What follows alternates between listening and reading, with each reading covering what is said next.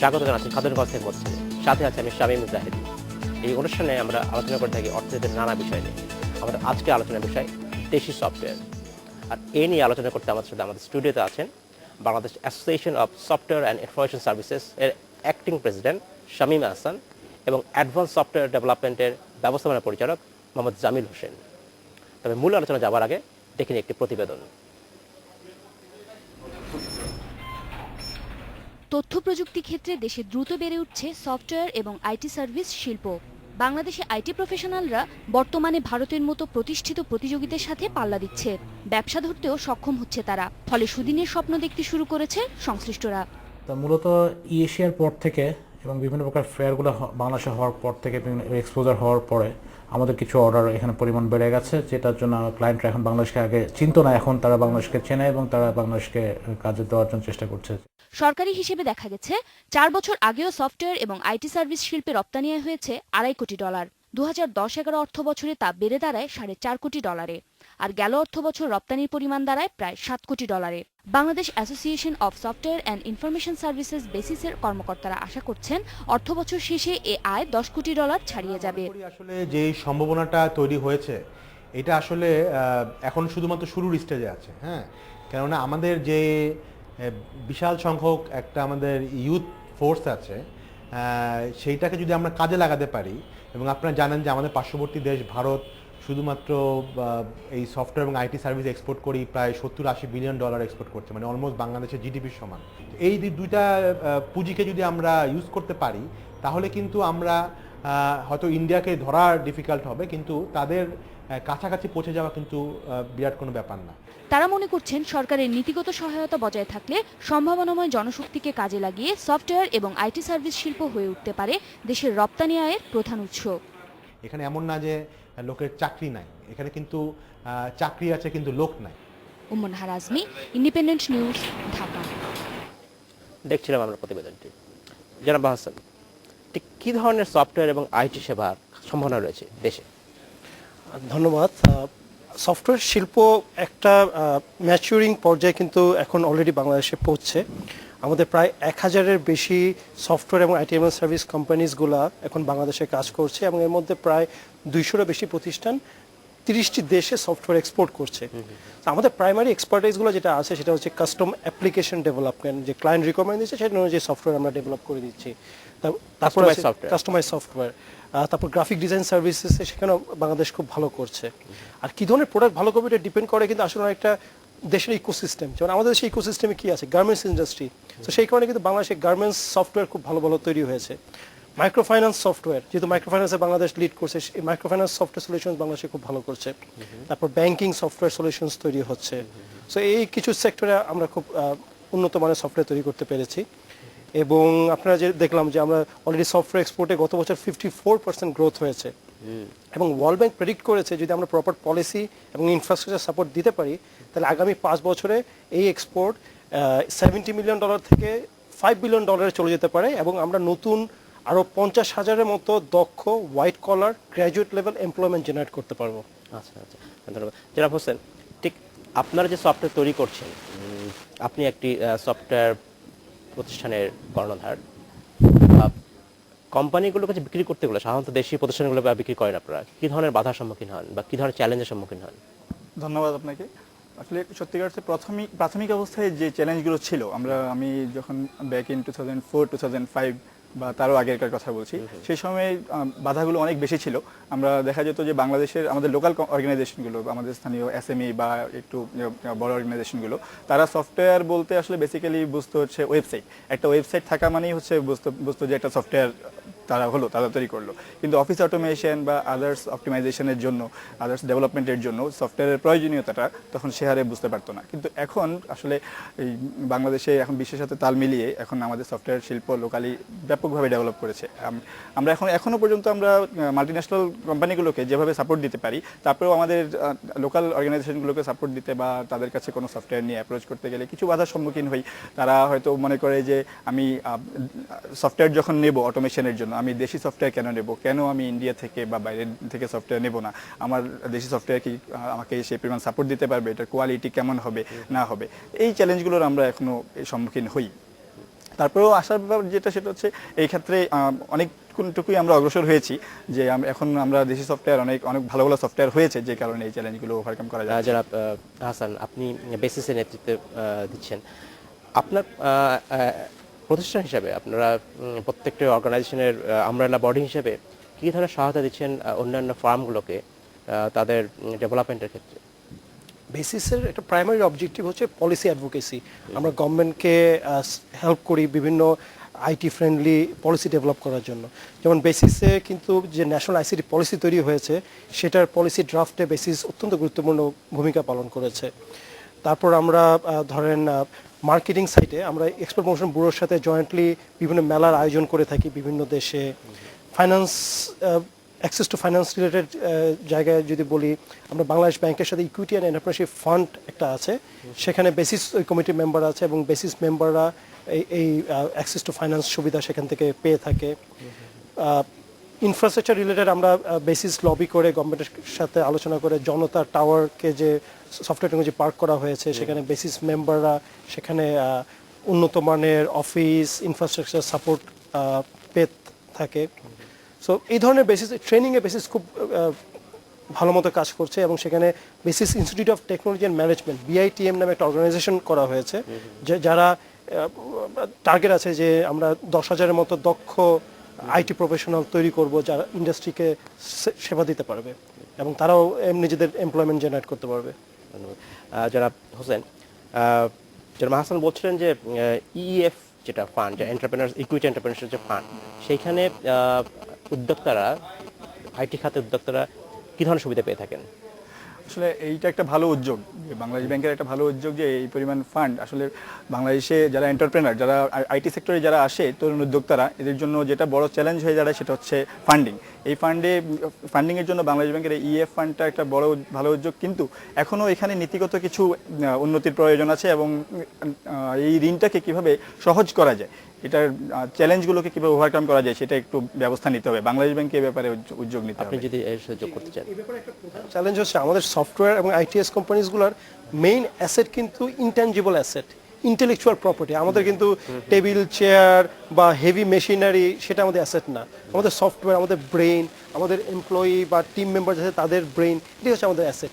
Unfortunately Bangladesh ব্যাংকের যে পলিসিটা আছে, সেখানে আমাদের ইন্টেলেকচুয়াল প্রপার্টি মাত্র 5% তারা হচ্ছে ভ্যালু করছে কোম্পানির টোটাল অ্যাসেটের মধ্যে থেকে। কিন্তু আসলে আমাদের যে কোনো সফটওয়্যার কোম্পানির মেইন অ্যাসেটের 70%ই হচ্ছে গিয়ে ইন্টেলেকচুয়াল প্রপার্টি। এটা একটা চ্যালেঞ্জ। আর সেকেন্ড, আমাদের ব্যাংকিং যে সিস্টেম আছে, যে বাংলাদেশে যে কমার্শিয়াল ব্যাংকস আছে, তাদের এই ইন্টেলেকচুয়াল প্রপার্টিকে ইভ্যালুয়েট করা, মূল্যায়ন করার মতো ক্যাপাবিলিটি এখনো তৈরি হয়ে ওঠে নাই। সেই কারণে কোম্পানিগুলোকে ফাইন্যান্স করার ক্ষেত্রে তারা অনেকটা কমফোর্টেবল ফিল করে না। আমার কাছে মনে হয় বাংলাদেশ ব্যাংক এবং প্রতিটি ব্যাংকে একটা ইউনিট থাকা দরকার, যারা ইন্টেলেকচুয়াল প্রপার্টি এবং আইটি টেকনোলজি এগুলোকে প্রপারলি ইভ্যালুয়েট করে, মূল্যায়ন করে এসব ক্ষেত্রে যাতে তারা ফাইন্যান্সিং করতে পারে। আচ্ছা, আরেকটা যেটা বিষয় হচ্ছে যে আপনি যেটা বলছিলেন যে কারণ বাজারে জনতা টাওয়ারে যে আপনারা যে টেকনোলজি পার্ক করার কথা বলছেন, সেটা কি অবস্থা, এখন কি অবস্থা রয়েছে? সেটা আমাদের অ্যাকচুয়ালি গত সপ্তাহে হাইটেক পার্ক অথরিটির একটা মিটিং হয়েছে এবং সেই মিটিংয়ে আমরা এটার স্ট্যান্ডার্ড অপারেটিং প্রসিজিওর ড্রাফট পর্যায়ে আছে। অলরেডি একটা কোম্পানিকে কার্যাদেশ দেওয়া হয়েছে, তারা অলরেডি এটাকে আধুনিক করার জন্য এবং সব রকম প্রপার ইনফ্রাস্ট্রাকচার তৈরি করার জন্য কাজ করছে। আমরা আশা করছি আগামী 2 থেকে 3 মাসের মধ্যে বরাদ্দ প্রসেসে আমরা যেতে পারবো। আচ্ছা, এইখান থেকে যে সুবিধাটা হবে সেটা রপ্তানির ক্ষেত্রে অবশ্যই একটা বড় ভূমিকা রাখবে, কিন্তু সবকিছুর আগে যেটা আমার কাছে যেটা মনে হয় যে ডোমেস্টিক মার্কেট, যদি অভ্যন্তরীণ মার্কেট যদি বড় না হয়, সেক্ষেত্রে রপ্তানিটি কতখানি বৃদ্ধি পাবে? আমাদের সফটওয়্যারে ডোমেস্টিক মার্কেটের সম্ভাবনা কি আর কীভাবে বাড়ানো যায়? আচ্ছা, আমাদের যেটা হয়েছে যে আমাদের কোম্পানিগুলা তারা 30টা দেশে ওয়ার্ল্ডের সেরা কোম্পানিগুলো, ফরচুন 500 কোম্পানিগুলোকে এক্সপোর্ট করছে, সাপোর্ট দিচ্ছে, সফটওয়্যার সাপোর্ট। আনফরচুনেটলি দেখা যাচ্ছে আমাদের দেশের ব্যাংকিং ইনস্টিটিউটগুলা, ফাইন্যান্সিয়াল ইনস্টিটিউটগুলা, টেলিকম অপারেটররা, তারা দেখা যাচ্ছে তাদের সফটওয়্যারের 90% বিদেশ থেকে নিয়ে আসছে। হ্যাঁ, সো আমরা অনেক ক্ষেত্রে দেখা যাচ্ছে যে নিজের দেশে আমরা ঠিকমতো মূল্যায়ন পাচ্ছি না, যেটা আমরা অন্যান্য দেশে পাচ্ছি। যেমন স্যামসাংয়ের মতো প্রতিষ্ঠান, মাইক্রোসফটের মতো প্রতিষ্ঠান, তারা বাংলাদেশে অফশোর ডেভেলপমেন্ট সেন্টার করেছে বা বাংলাদেশে তাদের কাজগুলোকে আউটসোর্স করছে। তো সেক্ষেত্রে আমার কাছে মনে হয় যে আমাদের ফাইন্যান্সিয়াল ইনস্টিটিউট যারা আছে, ব্যাংক, টেলকোস, তাদের উচিত লোকাল সফটওয়্যার কোম্পানিগুলোর সাথে কাজ করার দিকে এগিয়ে আসা এবং এর ফলেই দেখা যাবে এই যে আমাদের যে এক্সপার্টাইজগুলো আরও ভালো হবে, তখন সেই এক্সপার্টাইজগুলোর ফলে এক্সপোর্ট আরও অনেক গুণ বেড়ে যাবে। আর আরেকটা জায়গায় লোকাল কোম্পানিগুলো হেল্প করে যে শুধুমাত্র যে আমরা এক্সপোর্ট করছি তা না, আমরা কিন্তু ইম্পোর্ট সাবস্টিটিউট করছি। লোকাল সফটওয়্যার কোম্পানিগুলো যদি আজকে এই সাপোর্টগুলো দিতে না পারতো, এই সফটওয়্যার ডেভেলপ না করতে, এইগুলো কিন্তু সবকিছু বিদেশ থেকে আরও ইম্পোর্ট করতে হতো। ইম্পোর্ট কিন্তু হাজার হাজার কোটি টাকার সফটওয়্যার ইম্পোর্ট হচ্ছে বাইরে থেকে।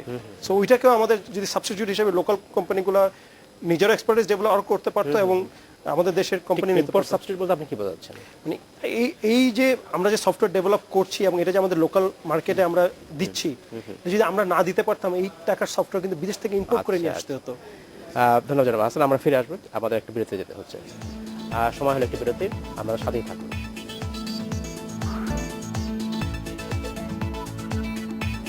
স্বাগত আরেকবার খাদিমগঞ্জ থেকে মধ্যে থেকে। বিরতিতে যাওয়ার আগে কথা বলছিলাম আমরা দেশি সফটওয়্যার নিয়ে।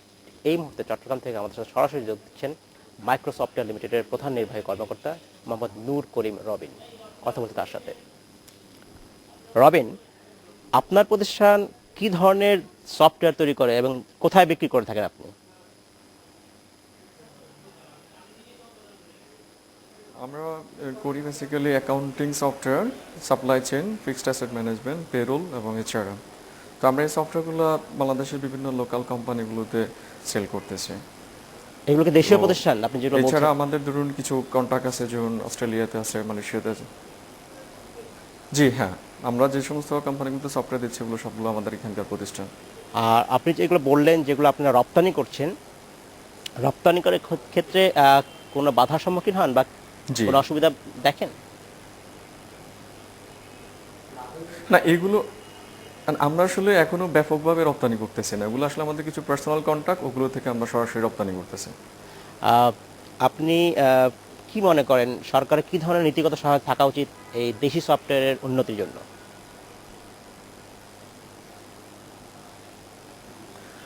দেশি সফটওয়্যার উন্নতির জন্য প্রথমত যেটা দরকার হচ্ছে সেটা হচ্ছে যে আমাদের যারা আমাদের সফটওয়্যার ইউজ করবে, দেশীয় যে সমস্ত কোম্পানিগুলো আছে, ওনাদের যে মন মানসিকতা যে ইন্ডিয়া থেকে আনা বা দেশের বাইরে থেকে আনা, এই ধরনের মন মানসিকগুলো ওনাদের থেকে আগে দূর করতে হবে। কারণ আমাদের এখানে যে সফটওয়্যারটা ডেভেলপ হয় সেটা ইন্ডিয়াতে যে টেকনোলজি ইউজ হয় এখানেও সেই টেকনোলজি, এবং দেশের বা পৃথিবীর যে কোনো প্রান্তে যে টেকনোলজি ইউজ হয় সেই টেকনোলজি দিয়ে আমরা কিন্তু এখানে সফটওয়্যারগুলো ডেভেলপ করি। তো সরকারকে যেটা বা বিভিন্ন কোম্পানি, প্রথমত বিভিন্ন যে সমস্ত কোম্পানিগুলো সফটওয়্যার ইউজ করবে তাদেরকে এই ব্যাপারে একটু তাদের মন মানসিকতা চেঞ্জ করা উচিত, যে না, তারা লোকাল কোম্পানিগুলোকে প্যাট্রোনাইজ করা উচিত সফটওয়্যার ডেভেলপমেন্ট। রবিন, আপনাকে ধন্যবাদ। কথা বলছিলাম চট্টগ্রামে, যেটা উনি বলছিলেন যে মন মানসিকতার প্রয়োজন দেশীয় কোম্পানিগুলোকে। আপনি হোসেন, আপনি বলছিলেন একই কথা। আমি ঠিক আরেকটা বিষয় এখন যেতে চাচ্ছি, সেটা হচ্ছে সফটওয়্যারে, দেশি সফটওয়্যারে দুই ধরনের জিনিস আছে। একটা হচ্ছে application software, readymade application software, আর কাস্টমাইজ সফটওয়্যার। সাধারণত দেখা যায় যে আমাদের দেশে যে কোম্পানিগুলো যে দেশি সফটওয়্যার তৈরি করছে তারা কাস্টমাইজ সফটওয়্যারই করছেন, বা কোম্পানিগুলো যেটা বলছে বা প্রতিষ্ঠান যেটা বলছে সেভাবে তৈরি করছেন। কিন্তু রেডিমেড অ্যাপ্লিকেশন সফটওয়্যারের অবস্থা কেমন সম্ভাবনা আছে আমাদের এখানে? সম্ভাবনা কি আছে? রেডিমেড সফটওয়্যারের সাথে কাস্টমাইজ সফটওয়্যারের কিছু পার্থক্য তো আছে। যে একটা হচ্ছে রেডিমেড সফটওয়্যার করতে হলে কিন্তু এই সফটওয়্যারটা মার্কেটিং এবং ব্র্যান্ডিংয়ের জন্য হিউজ দরকার। আরেকটা দরকার হচ্ছে তৈরি করার জন্য রিসার্চ অ্যান্ড ডেভেলপমেন্ট। কোম্পানিজগুলা multi million dollars, billion dollars invest করে রিসার্চ অ্যান্ড ডেভেলপমেন্টে, তারপর সেটাকে মার্কেটিং করার জন্য ওয়ার্ল্ড ওয়াইড। সো সেই জায়গায় একটা আমরা একটু চ্যালেঞ্জের মুখোমুখি হই। তা সত্ত্বেও কিন্তু বাংলাদেশে তৈরি অনেক সফটওয়্যার, যেমন একটা রিফ সিস্টেমস একটা সফটওয়্যার আছে, ভিওআইপি সলিউশনস, সেটা মানে ভিওআইপি সলিউশনস হিসেবে ওয়ার্ল্ডের মার্কেট লিডার হিসেবে আছে, সেটা কিন্তু বাংলাদেশে তৈরি একটা সফটওয়্যার। এরকম আমাদের কিন্তু টেলিকম সেক্টরে বেশ কিছু সফটওয়্যার আছে যারা অফ দ্য শেলফ প্রোডাক্ট তৈরি করেছে, এবং যেটা দেশেও অনেক সবাই ইউজ করছে, আমাদের টেলিকম অপারেটার্স, তারপর বিভিন্ন টেলিকম সার্ভিস যারা দিচ্ছে, এবং বিদেশেও রপ্তানি হচ্ছে। এই ধরনের রেডিমেড অ্যাপ্লিকেশন সফটওয়্যারের ক্ষেত্রে একটা বড় বাধা আমার ধারণা পাইরেসি, ইন্টেলেকচুয়াল প্রপার্টি রাইটস অনেকে মানা হয় না, বা এখানে যেটা হয় একটা সফটওয়্যার কপি করে পাইরেটেড করে আর একখানে চলে যাচ্ছে। এই ক্ষেত্রে মানে কিছু করণীয় আছে কিনা? একটা যেটা হচ্ছে অলরেডি বেসিস থেকে আমরা একটা উদ্যোগ নিয়ে গভর্নমেন্টের সাথে একটা ইন্টেলেকচুয়াল প্রপার্টি রাইট নিয়ে আমাদের কিন্তু অলরেডি ল তৈরি করা আছে। সেখানে ইমপ্লিমেন্টেশন কিছু চ্যালেঞ্জ আছে, যেটা হচ্ছে যে এই লটাকে ইমপ্লিমেন্ট করতে হলে আমাদের আইন শৃঙ্খলা বাহিনীর সাহায্য দরকার, কোর্টের সাহায্য দরকার। সেই জায়গায় এক্সপার্টাইজ তৈরির জন্য কিছু কাজ করা দরকার। কিন্তু আমার কাছে মনে হয় যে সফটওয়্যার তৈরি করলে সেটার পাইরেসি বন্ধের জন্য কোম্পানিগুলো অনেক ধরনের টেকনোলজি ইউজ করতে পারে, লাইক ডঙ্গুল বলে একটা জিনিস আছে যেটা যদি লাগানো হয় ওই ডঙ্গুল ছাড়া সফটওয়্যারটা কাজ করবে না। তারপর সফটওয়্যার যখন তৈরি করবে তখন তারা কোড এবং স্পেশাল কোড বিভিন্ন কোড দিয়ে দিতে পারে যে 1 বছর পর্যন্ত যে পেমেন্ট করছে সেই শুধু ইউজ করতে পারবে। সো এগুলো টেকনোলজি সাপোর্ট নিয়ে আসলে পাইরেসিটাকে অ্যাভয়েড করা যায়। আর অনেক ক্ষেত্রে আমরা মনে করি যে কিছু কিছু মানে এটা মাইক্রোসফটও অনেক সময় উৎসাহ করে যে লোকজনকে সফটওয়্যার ইউজ করুন, একসময় টাকা দিয়ে ইউজ করবে। জনাব হোসেন, এই ক্ষেত্রে আপনার কোনো অভিজ্ঞতা আছে অ্যাপ্লিকেশন সফটওয়্যারের ক্ষেত্রে? হ্যাঁ, আসলে যেটা প্রয়োজন সেটা হচ্ছে আমরা কাস্টমাইজ সফটওয়্যারই ব্যাপকভাবে ডেভেলপ করছি, ঠিক আছে, কিন্তু আমরা ওয়ার্ল্ডে বড় বড় কোম্পানিগুলোর ক্ষেত্রে যেটা দেখি, যেটা আমরা বলছিলাম যে অ্যাডোবির মতো কোম্পানি বা মাইক্রোসফটের মতো কোম্পানি, মাইক্রোসফট অফিসের মতো একটা ওয়ার্ল্ড ওয়াইড একটা জনপ্রিয় একটা প্রোডাক্ট, এই ধরনের প্রোডাক্ট ডেভেলপমেন্টের জন্য ব্যাপক R&Dর প্রয়োজন হয়, যেটা শামীম ভাই বলছিলেন যে এটার জন্য যে ইনভেস্টমেন্ট সেটা আসলে আমাদের এখানে এখন অপ্রতুল।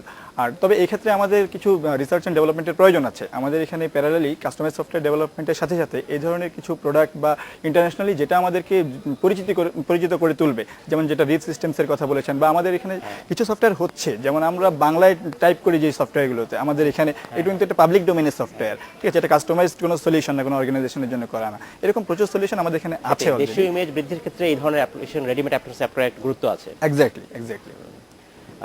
জনাব হাসান,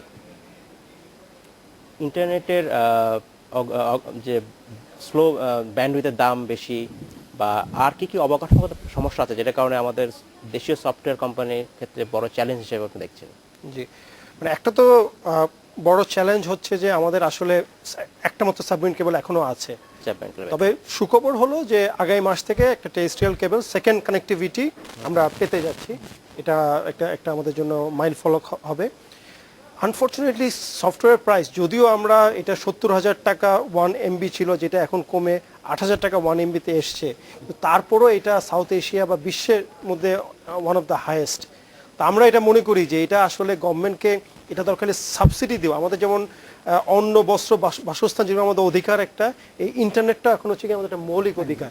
আমাকে গ্রামে গঞ্জে সব জায়গায় ইন্টারনেটকে পৌঁছে দিতে হবে, এবং ইন্টারনেটের মাধ্যমে কিন্তু আমাদের দেশের ন্যাশনাল ইকোনমিক ডেভেলপমেন্ট এইটা একটা বিশাল টুল হিসেবে কাজ করবে। আজকে আমি education service, education, medicine, agriculture, government সার্ভিসগুলো প্রত্যেকটা কিন্তু আমরা এরকম ইন্টারনেটের মাধ্যমে দিয়ে দেশকে আমরা লিপফ্রগ করে অন্যান্য দেশ যেটা 30 বছরে করেছে সেটা আমরা হচ্ছে 10 বছরে সেই জায়গায় পৌঁছে যেতে পারি।